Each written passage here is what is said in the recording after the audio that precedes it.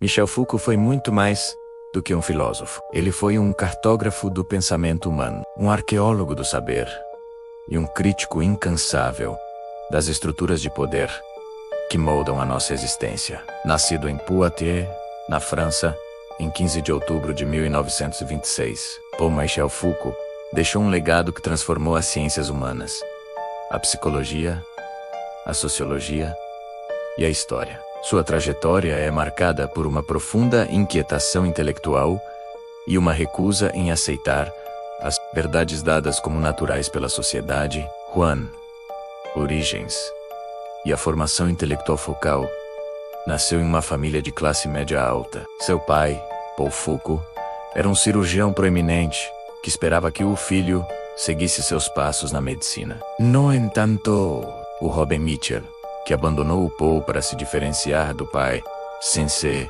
atraído pela filosofia e pela história. Sua educação inicial na elite francesa foi brilhante, mas tumultuada. Em 1946, ingressou na prestigiada École Normale Supérieure em Paris.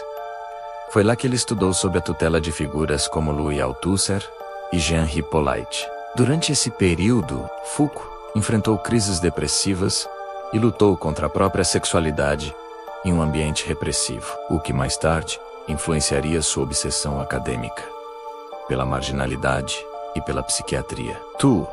A arqueologia do saber e a loucura nos anos 50, Foucault viveu e lecionou na Suécia, Polônia e Alemanha. Esse distanciamento da França permitiu-lhe uma perspectiva única sobre a cultura europeia. Em 1961, publicou sua primeira grande obra, História da Loucura na Idade Clássica. Nesta obra, Foucault não faz uma história da psiquiatria no sentido tradicional, mas uma arqueologia de como a sociedade ocidental definiu a loucura para construir sua própria noção de razão. Ele argumentava que o confinamento dos loucos não foi um ato de caridade médica, mas um gesto de exclusão social e política. A loucura não é um fenômeno biológico, mas uma construção histórica e social que serve para delimitar o que é aceitável em uma cultura posteriormente. Com as palavras e as coisas 1966, Foucault tornou-se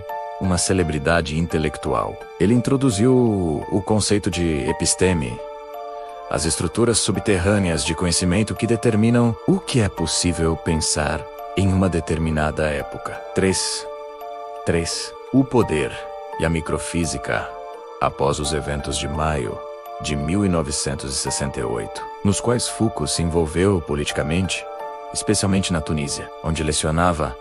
Sua atenção mudou da estrutura do conhecimento para a natureza do poder. Em 1970, ele foi eleito para a Cátedra de História dos Sistemas de Pensamento no Collège de France, o posto acadêmico mais alto da França. Foi nesse período que ele desenvolveu suas teorias mais famosas sobre o poder disciplinar, diferente da visão clássica que via o poder como algo exercido apenas pelo Estado ou por um soberano. Foucault propôs a microfísica do poder.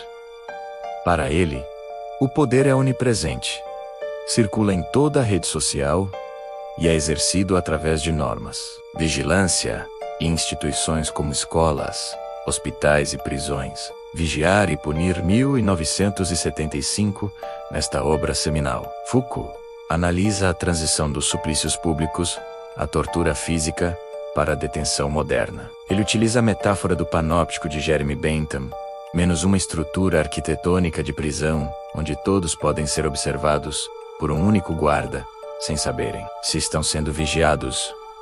No momento, para Foucault, a sociedade moderna tornou-se uma sociedade disciplinar, onde o objetivo não é apenas punir o corpo, mas corrigir a alma e tornar os indivíduos produtivos e dóceis. 4.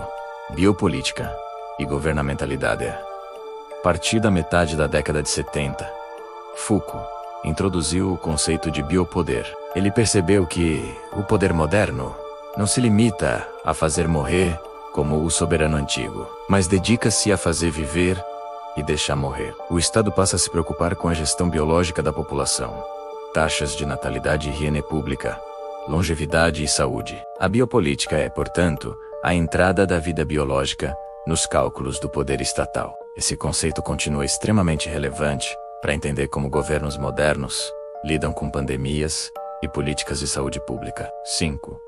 A história da sexualidade e o cuidado de si nos últimos anos de sua vida, Foucault voltou-se para a Grécia e Roma antigas. Ele planejava uma série de volumes intitulada História da Sexualidade. No primeiro volume, A Vontade de Saber, 1976, ele contestou a hipótese repressiva, a ideia de que somos seres sexuais reprimidos pela sociedade vitoriana. Pelo contrário, ele argumentou que nunca se falou tanto de sexo quanto na modernidade, mas de uma forma clínica e controladora. Nos volumes seguintes, publicados pouco antes de sua morte, ele explorou a estética da existência. Foucault estava interessado em como o indivíduo pode se transformar em uma obra de arte através de práticas éticas e do cuidado de si, resistindo às formas de subjetivação impostas pelo poder. 6. O fim e o legado.